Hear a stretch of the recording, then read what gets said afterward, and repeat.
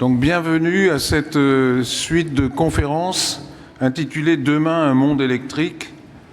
Je dirais même demain un monde plus électrique, car notre monde actuel est déjà bien électrifié. Donc on va aller à quelques exemples. Donc dans le domaine de l'avion électrique, de la voiture électrique, de l'osmose inverse, si j'ai bien compris, et enfin des batteries de demain. Et donc je vais donner la parole tout de suite à Jean Hermetz de l'ONERA.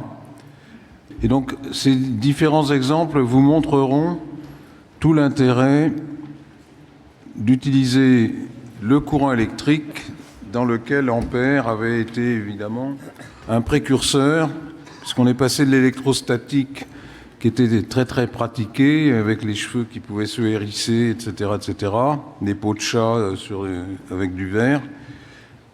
On est donc passé à l'électrodynamique. Bonjour à toutes et tous. Je vais donc attaquer cet après-midi en vous parlant d'avions à propulsion électrique. Alors je le précise tout de suite, les défis de l'avion électrique, dans le discours que je vais essayer de vous tenir, c'est le défi de la propulsion électrique pour les avions. Je vais essayer de vous illustrer ça le plus didactique possible, le plus pédagogiquement possible, en vous donnant un certain nombre d'éléments de base. Et puis je parlerai en particulier de deux projets que nous avons menés à l'ONERA. Alors l'ONERA, pour ceux qui ne le savent pas, je ne vais pas m'apesantir beaucoup dessus, mais c'est le Centre français de recherche aéronautique, spatiale et de défense. Nous avons mené deux projets sur l'avion à propulsion électrique qui s'appelle Ampère pour le premier, Dragon. Donc je vais utiliser ces deux configurations d'aéronefs pour vous expliquer un petit peu ce que l'on cherche à trouver comme intérêt et comme avantage à propulser un avion de manière électrique.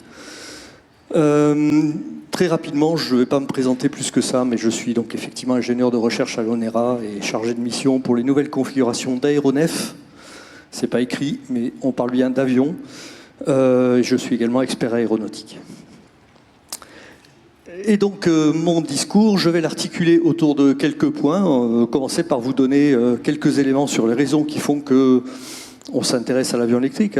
Quelles sont finalement les raisons qui nous poussent à regarder de plus près comment on pourrait faire de la propulsion électrique sur les avions. De vous donner quelques ordres de grandeur, quelques éléments de base pour avoir en tête la difficulté que ça représente, parce que c'est véritablement un défi que de réaliser un avion électrique. Alors, quand je parle d'avion, ici, il faut bien comprendre avion de transport civil. Je ne parle pas d'avions légers, les avions de tourisme, si vous préférez. Il en existe déjà, électrifiés, même un qui est certifié, donc qui est utilisé de manière, je dirais, de manière récurrente et par un certain nombre de pilotes. Donc un avion électrique, ça existe, mais de là à faire des avions de transport électrique, c'est une autre paire de manches, comme on dit. Excusez-moi, je suis un peu victime des virus qui se promènent en ce moment. Voilà, et puis une fois que je vous aurai posé ces différentes bases, je viendrai sur les deux fameux concepts Ampère et Dragon, dont je vous ai parlé tout à l'heure en introduction, avant de conclure.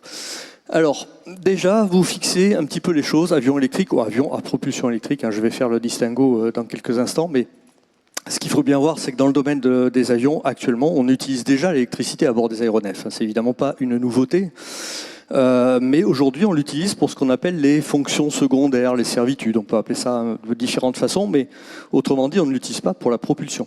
On l'utilise pour aller alimenter des actionneurs, le conditionnement d'air, un certain nombre de moyens qui sont à bord des aéronefs dont on a besoin pour assurer son vol, pour assurer l'utilisation qu'on doit en faire, assurer le bien-être des passagers par exemple. Mais aujourd'hui, c'est une fonction secondaire. Elle est généralement d'ailleurs utilisée en coexistence avec de la puissance. Un vecteur d'énergie qui est l'hydraulique ou le pneumatique, selon les besoins.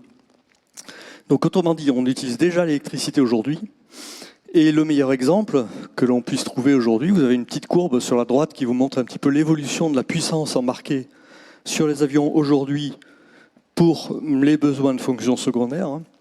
Aujourd'hui, l'avion qui présente la puissance électrique la plus élevée, c'est le Boeing 787, le 787, qui dispose de 1 MW à bord pour alimenter toutes ces fameuses fonctions secondaires. Donc c'est déjà 1 MW, c'est quand même quelque chose de relativement conséquent.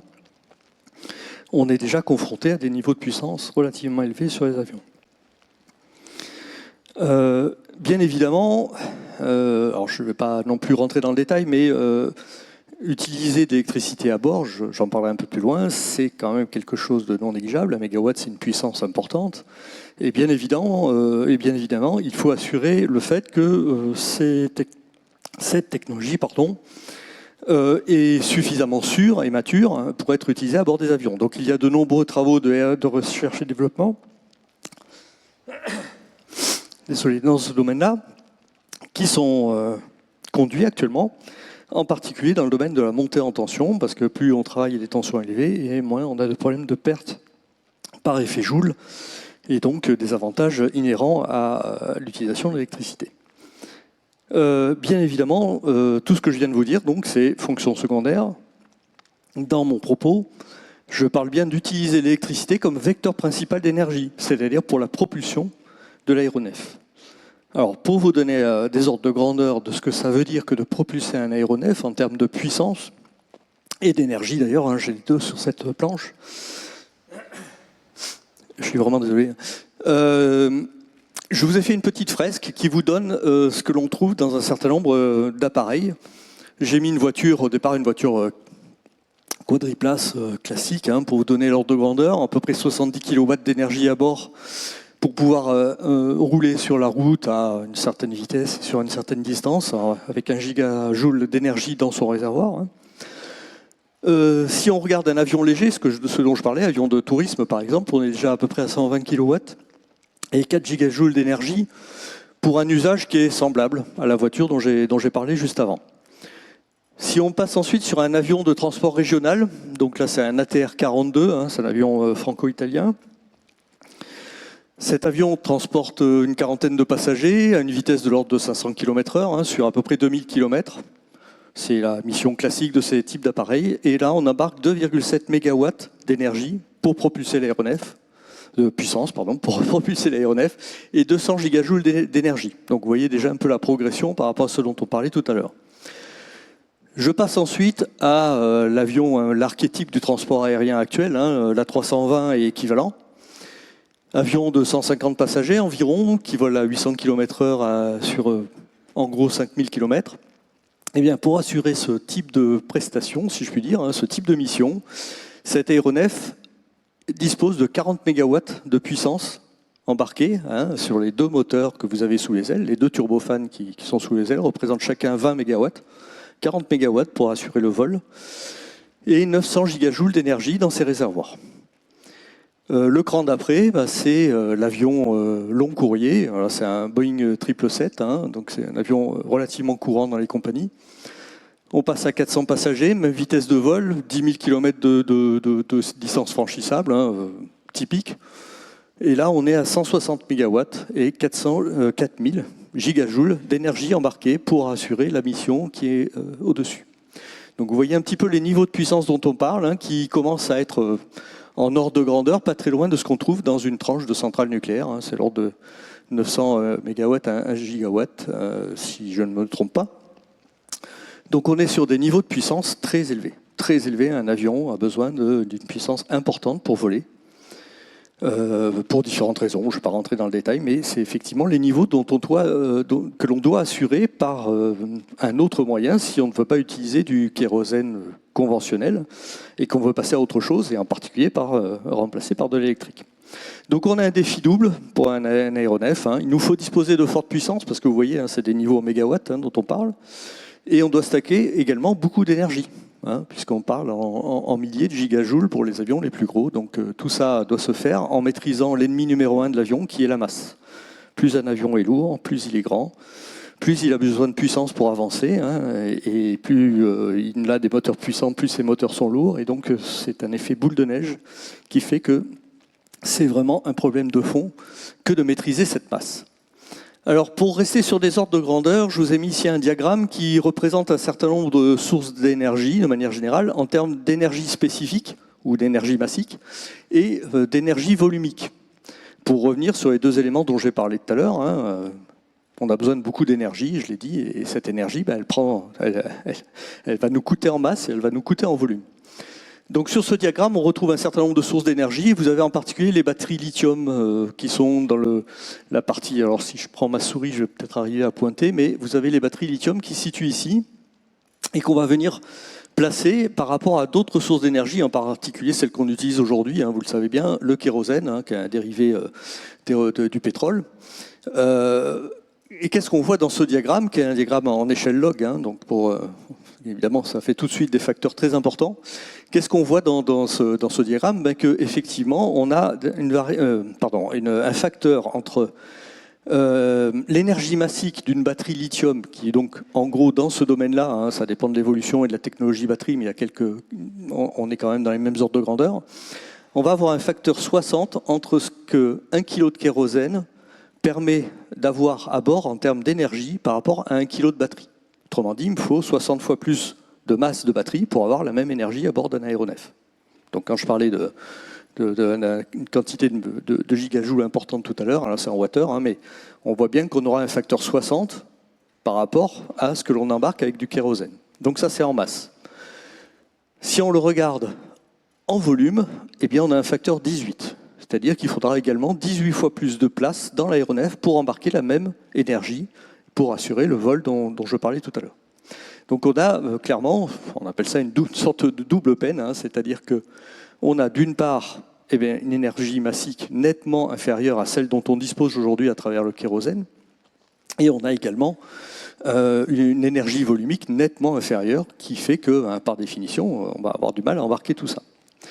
Donc c'est clairement quelque chose simplement pour montrer à quel point les batteries d'aujourd'hui, je me limite à ce qui est écrit sur ce graphique, ne sont pas une solution idéale, en tout cas pour propulser des aéronefs de transport commercial, comme ceux que j'ai montrés tout à l'heure, que ce soit un A320 ou un véhicule plus gros. Alors toujours pour continuer un peu sur les ordres de grandeur, je vais venir maintenant sur ce qu'on appelle le rendement de transformation. C'est-à-dire que pour une unité d'énergie à la base, qu'est-ce que je récupère pour propulser mon avion et pour assurer donc la mission que je lui ai demandé de mener. Si je prends une solution habituelle, turboprop, un turbopropulseur, donc c'est un moteur à cycle thermique qui entraîne une hélice, un cycle continu. Donc c'est une machine thermique qui a un rendement thermique de l'ordre de 50%, qui va entraîner sur un arbre une boîte de réduction qui elle-même entraîne une hélice. Si on cumule les rendements de ces trois étages de transformation, on obtient à peu près 40% de rendement. Donc par rapport à mon kérosène, je récupère que 40% de la puissance de la puissance ou de l'énergie disponible dans mon kérosène. Si je passe ensuite sur un turbofan, donc c'est ce que l'on voit justement sur un A320, ce que je vous montrais tout à l'heure. Donc c'est plutôt une machine carénée avec ce qu'on appelle un fan, c'est une sorte d'hélice carénée à l'avant.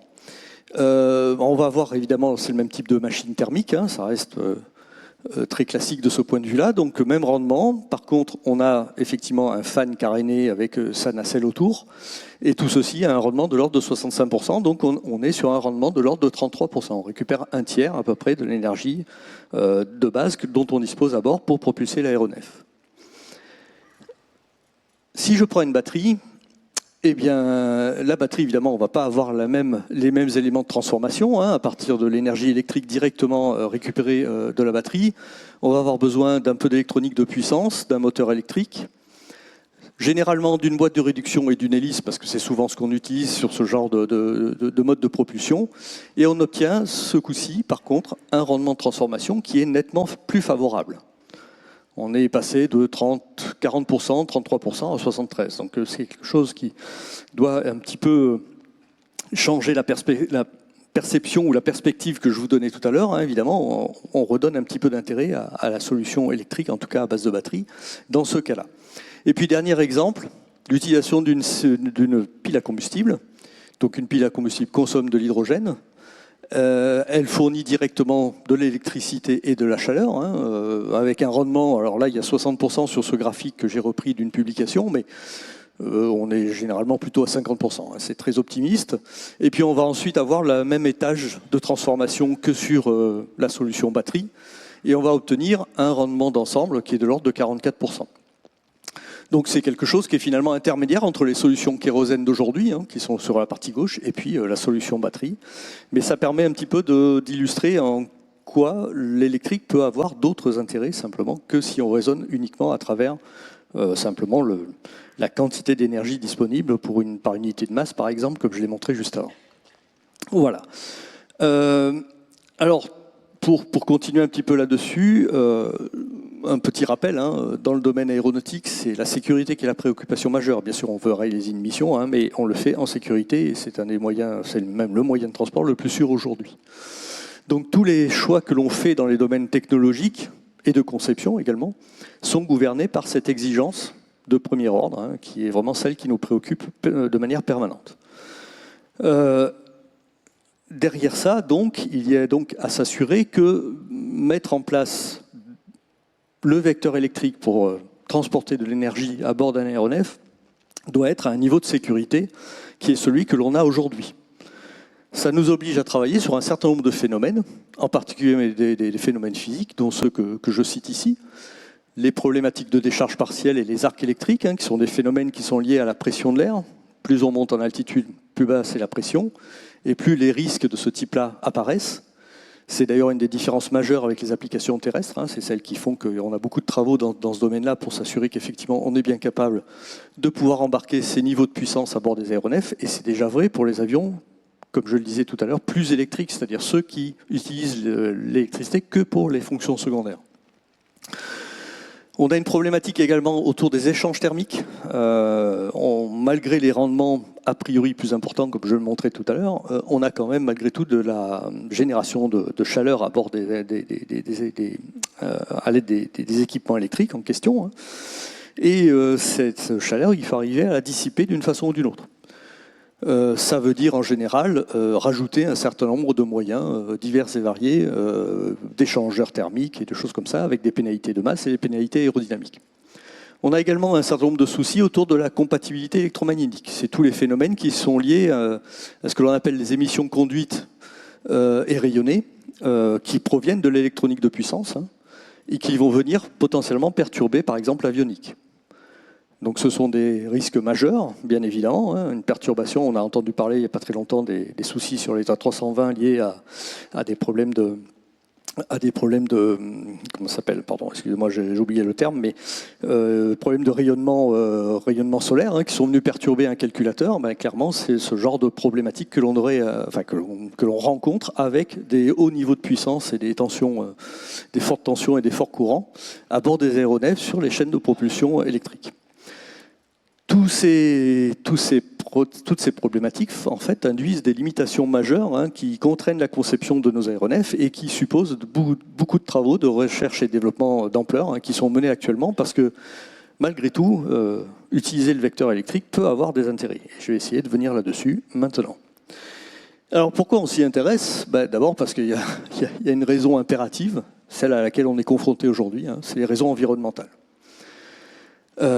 C'est clair qu'en termes d'impact en opération, l'objectif 2050 de zéro émission de CO2 nous impose de regarder toutes les solutions, dont celle-là, qui est une solution tout à fait crédible par un certain nombre d'aspects. C'est également vrai aussi parce que quand on regarde sur le cycle de vie, on a quand même des aspects vertueux qui apparaissent. Alors je ne vais pas les détailler plus que ça, mais globalement, c'est vraiment ça qu'il faut regarder. Ce n'est pas simplement les opérations, c'est-à-dire l'utilisation d'un véhicule alimenté par une batterie, par exemple. Il faut regarder l'ensemble de la problématique sur le cycle de vie, c'est-à-dire la création du véhicule, de sa batterie, son utilisation et son démantèlement derrière. On sait que pour les voitures électriques, c'est un des arguments, en fonction de l'usage, en fonction de la nature de l'électricité qu'on utilise pour recharger les batteries, bien sûr, mais c'est un argument tout à fait valable. Il y a aussi un autre aspect qui rentre en ligne de compte, c'est que tous les équipements électriques qu'on utilise, en aéronautique ou pas, sont généralement fiables, intrinsèquement fiables, et ont une maintenance généralement simplifiée par rapport à un gros turbofan, donc les gros moteurs que vous avez sur un A320 par exemple. Ce sont des machines mécaniques très complexes, très fiables, mais très complexes. La maintenance est très lourde. il est clair qu'il y a des gains potentiels derrière ça, hein, des gains opérationnels, des gains de sécurité qu'il ne faut pas négliger et qui peuvent rentrer en ligne de compte par rapport à ce que je disais tout à l'heure en termes de niveau de sécurité à obtenir. Et puis, dernier point qui intéresse particulièrement les gens comme moi qui sont plutôt dans le domaine de la recherche, c'est une façon d'ouvrir des degrés de liberté pour la conception des aéronefs. Parce que, effectivement, on s'aperçoit qu'à travers l'utilisation du vecteur électrique, on peut plus facilement distribuer la puissance à bord d'un aéronef. Donc il y a des avantages multifonctionnels dont je vais parler juste après, qui apparaissent, des avantages d'efficacité énergétique par des moyens, je dirais, entre guillemets, annexes, que l'on va chercher à explorer pour savoir dans quelle mesure ils peuvent effectivement répondre à notre besoin et rendre viable l'utilisation de la puissance électrique ou de l'énergie électrique de manière générale à bord des aéronefs pour la propulsion. Alors, il faut bien avoir en tête que ces avantages-là rajoutent aussi des interdépendances que l'on connaît mal et qu'il faut arriver à maîtriser. D'où le besoin, effectivement, de regarder ça de plus près à travers un certain nombre de projets, un certain nombre d'activités de recherche de manière générale. Et c'est l'objectif majeur des deux concepts dont je vais parler, Ampère et Dragon. C'est de regarder un certain nombre de ces degrés de liberté, essayer de les toucher du doigt, hein, mieux les caractériser, mieux les connaître, et avoir un peu plus de confiance dans les bénéfices qu'on peut en attendre à travers leur utilisation. Alors pour faire ça, on a mené donc un certain nombre de projets. Alors je ne vais pas vous décrire tout ce qu'il y a sur cette fresque qui est très très dense, hein, en fait, en quelque sorte, mais je vais simplement pointer 2-3 éléments. Le premier, c'est que je vais parler assez rapidement de quelque chose qui s'appelle la propulsion distribuée ou répartie. J'expliquerai un peu plus ce que c'est, hein, mais c'est quelque chose qu'on a commencé à regarder, en tout cas nous à l'ONERA, il y a une vingtaine d'années.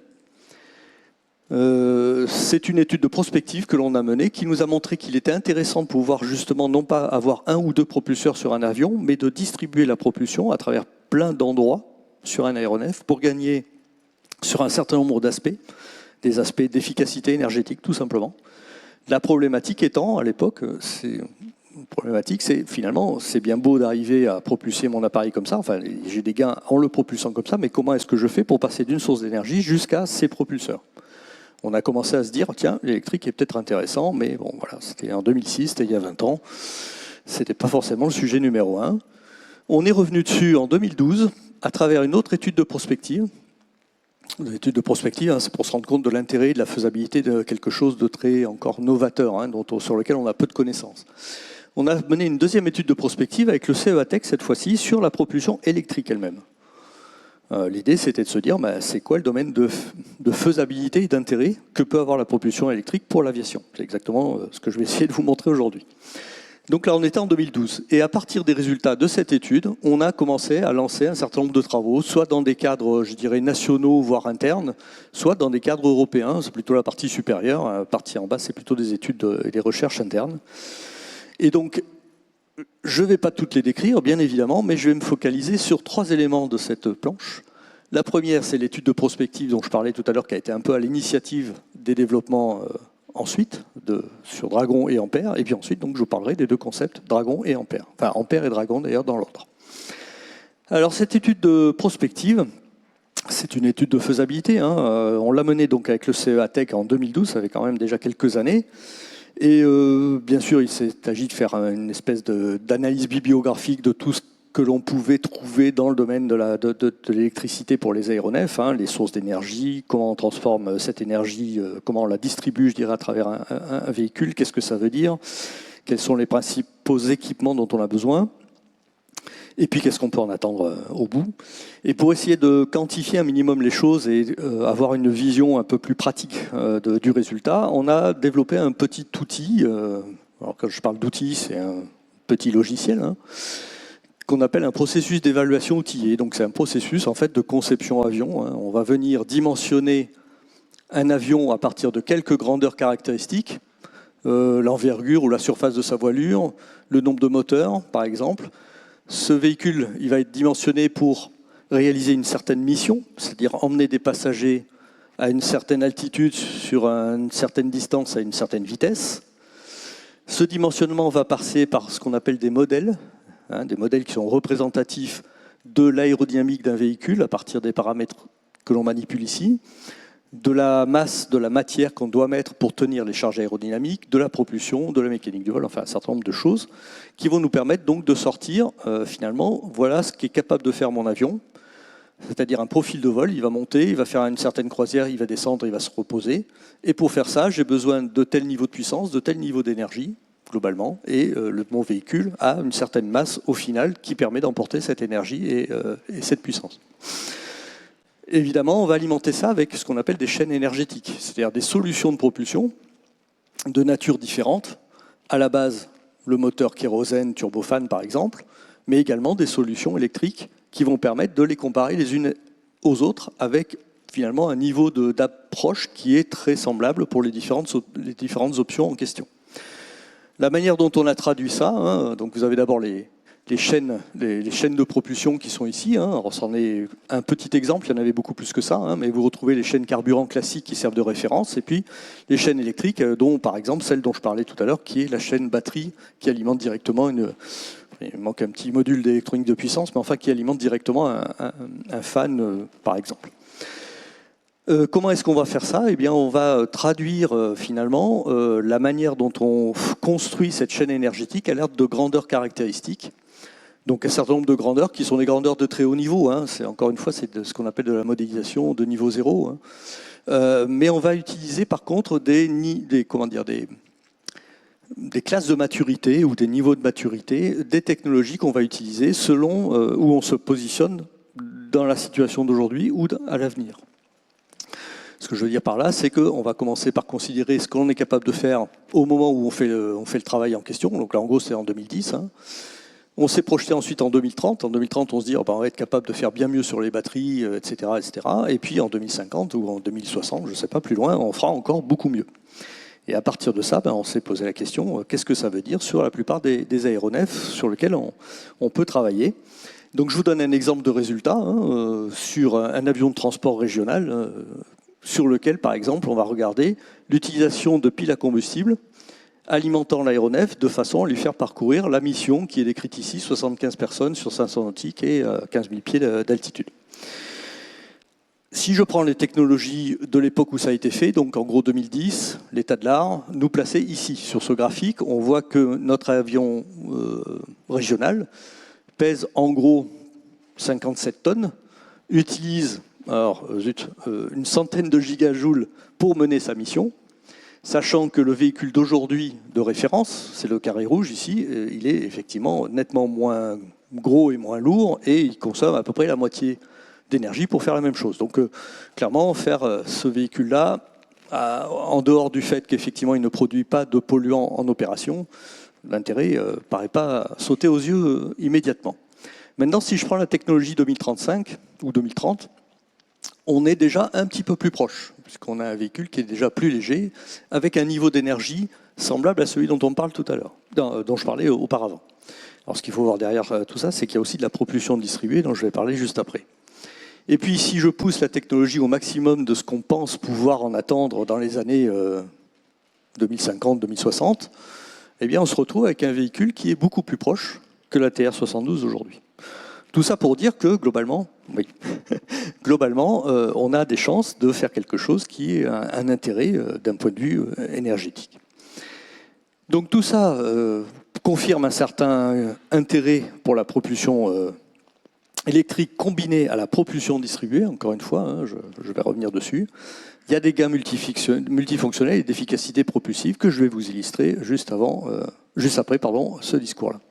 Alors je passe rapidement cette fresque qui vous donne un petit peu la manière dont on a décomposé les choses et j'arrive directement à la configuration Ampère dont j'ai parlé très rapidement. C'est clairement un véhicule, alors plutôt du domaine de l'aviation, pas exactement légère, mais petite capacité, 4 personnes. Hein. Un véhicule qui est là pour regarder ce que l'on peut attendre d'un point de vue ce qu'on appelle multifonctionnel, d'une propulsion électrique utilisant également la propulsion distribuée. Donc propulsion distribuée, ça se traduit par le fait qu'au lieu d'avoir 2 moteurs, par exemple, hein, sur un avion de ce type-là, on a plein de petits moteurs électriques qui entraînent des petites hélices carénées sur le bord d'attaque du véhicule. Pourquoi est-ce qu'on fait ça ? Parce que de cette façon-là, on fait du soufflage sur la voilure, hein, c'est-à-dire qu'à l'arrêt, le véhicule, quand on met les moteurs en marche, la voilure est soufflée, et de cette façon-là, on fait de la portance sans avec une vitesse d'avancement qui est faible, voire nulle. De cette façon-là, on peut avoir des performances de décollage et d'atterrissage très intéressantes pour un véhicule qui aurait pour objectif de pouvoir desservir des zones urbaines. Donc d'atterrir et de décoller dans des espaces de l'ordre de la taille d'un terrain de foot, voire peut-être plus petit que ça. D'où l'utilisation de ce type de propulsion qui est permise parce que distribuer la puissance à bord d'un aéronef avec des câblages, ça reste quand même relativement complexe, mais c'est quand même beaucoup plus faisable que d'aller mettre de la mécanique pour faire la même chose. Donc cette configuration avait pour intérêt de travailler sur cette problématique-là, enfin sur ce principe-là, cette idée-là, d'aller faire du soufflage de voilure, de façon à obtenir ces fameuses performances de décollage et d'atterrissage court, sachant qu'en mettant les moteurs de cette façon-là, on peut également gagner sur la capacité à contrôler l'attitude de l'aéronef à partir de la motorisation. En générant de la poussée différentielle, vous pouvez contrôler notamment sur certains axes l'axe de lacet en particulier et l'axe de roulis. On peut contrôler l'attitude de l'aéronef et donc participer à son pilotage. Ce qui permet soit de redonder les commandes de vol habituelles, soit même de se passer de certaines de ces commandes-là. Donc ça peut avoir un avantage, soit de sécurité, soit de simplification des autres organes de l'aéronef. Bon, il y avait d'autres choses sur cette configuration-là, je ne reviens pas forcément dessus maintenant. Je vais simplement préciser ce qu'on a fait sur cet aéronef. Donc on a fait évidemment de la conception d'ensemble, pour se rendre compte de ce que ça voulait dire que de réaliser un avion de ce type-là avec les connaissances que l'on avait. On est rentré dans de la conception dite détaillée, c'est-à-dire que évidemment c'est bien beau de dire qu'on va mettre des moteurs sur une voilure, mais c'est pas si simple que ça si on veut qu'elle ait obtenir les effets qu'on en attend, et en particulier ce fameux soufflage dont je parlais. Ces études nous ont conduit à se dire que ça valait le coup d'aller faire un petit tour en soufflerie pour vérifier effectivement les performances qu'on avait pu calculer, mais sur lesquelles on n'avait pas forcément confiance sur un certain nombre d'éléments. Donc on est passé par une maquette de soufflerie motorisée, intégrant une propulsion de ce type-là, de façon à effectivement pouvoir mettre tout ça in situ et faire des mesures de qualité nous permettant de comparer avec nos calculs. Donc la maquette a été conçue, fabriquée, intégrée. Vous voyez un petit peu le type de... C'est une maquette qui fait 3 mètres d'envergure, c'est quand même relativement gros. Vous voyez un petit peu toute la tripaille, si je puis dire, qu'il peut y avoir dans un aéronef à propulsion électrique distribuée. C'est vite beaucoup de câbles. Voilà. Et puis des essais soufflerie qui ont été menés ensuite, qui ont confirmé un certain nombre de choses. Alors je vais directement sur la conclusion. On obtient des coefficients de portance très élevés. Alors là, il y a un chiffre, ça vous parle peut-être pas parce que vous n'êtes pas forcément versé dans le domaine, mais 3,5, c'est largement 2 fois plus que ce qu'on fait avec un avion conventionnel. Donc ça veut dire qu'avec la même surface de véhicule, on est capable d'avoir une portance 2 fois plus élevée à la même vitesse. Ou bien de pouvoir avoir une portance équivalente à une vitesse beaucoup plus faible. Donc des capacités de décollage et d'atterrissage nettement améliorées sur ce type de configuration. On a pu vérifier également que ça nous permettait d'avoir un domaine de contrôle de l'aéronef, c'est-à-dire le contrôle de son attitude en sécurité, beaucoup plus large que sur un véhicule équivalent, de même dimension, mais à propulsion conventionnelle. Bon, un certain nombre d'autres choses sur lesquelles je ne reviens pas spécialement maintenant. Je vous parle maintenant de Dragon, le deuxième véhicule, la deuxième configuration sur laquelle on a travaillé. Là, l'idée est très différente. Elle est plutôt sur l'amélioration du rendement propulsif. Alors, tout petit rappel sur la façon dont aujourd'hui on essaye d'améliorer le rendement propulsif sur un aéronef. Ça conduit généralement à augmenter ce qu'on appelle le taux de dilution, le bypass ratio, c'est-à-dire la quantité d'air que l'on brasse avec le moteur, ramenée à la quantité d'air nécessaire à la puissance mécanique dont on a besoin pour faire ça.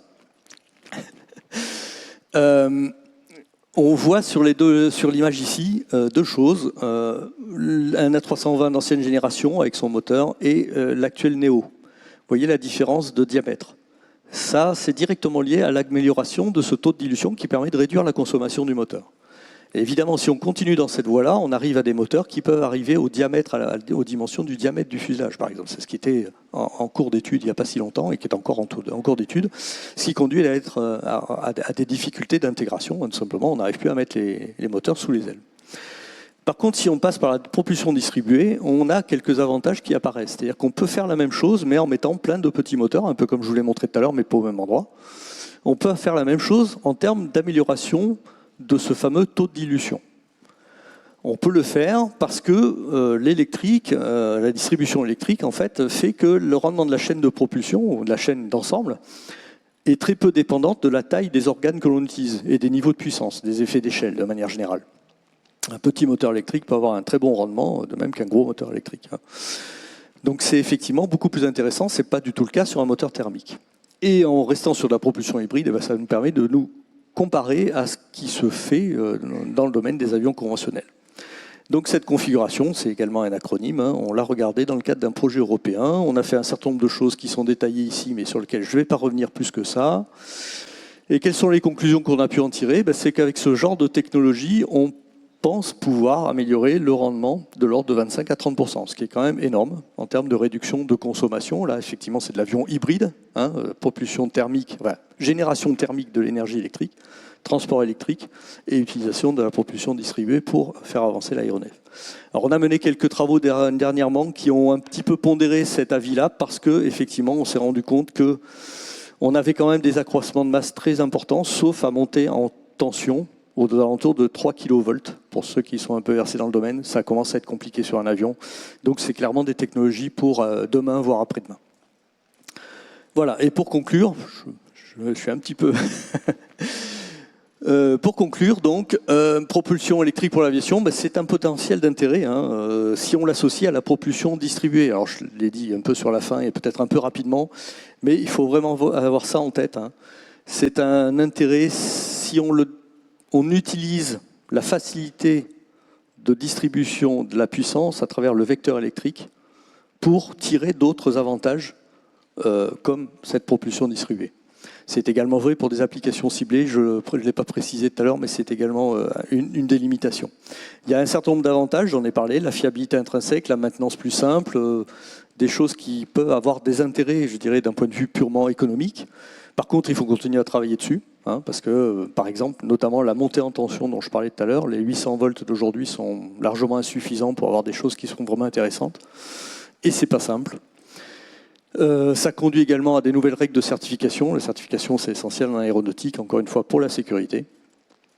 Et puis, le dernier point sur lequel je vais conclure mon intervention, c'est simplement dire qu'aujourd'hui, il y a un nouveau domaine d'application qui est né, qui s'appelle la mobilité aérienne urbaine ou Urban Air Mobility, qui consiste à développer des véhicules qui sont censés emmener un petit nombre de personnes au-dessus des villes, par exemple, entre deux zones urbaines, un peu l'image de ce que je donnais tout à l'heure, mais qu'on connaît généralement sous le vocable de taxi urbain. Ce domaine-là fait largement appel à la propulsion électrique, pour les différentes raisons que j'ai citées tout à l'heure. La distribution électrique, le fait qu'il ne faut pas faire d'émissions en opération, etc., etc. Et c'est sans doute ce domaine-là qui risque de faire maturer un certain nombre de technologies qui sont déjà présentes dans le domaine automobile et qui pourraient arriver dans le domaine aéronautique pour les avions de plus grande dimension.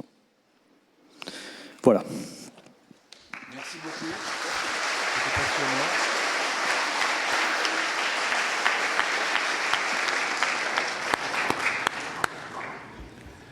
Donc là, vous nous avez ouvert des perspectives fantastiques et je crois que ça nous fera rêver en se disant que ça va arriver bientôt. On espère. Très bien, nous allons revenir au sol. Il y aura peut-être la place pour des questions à la fin.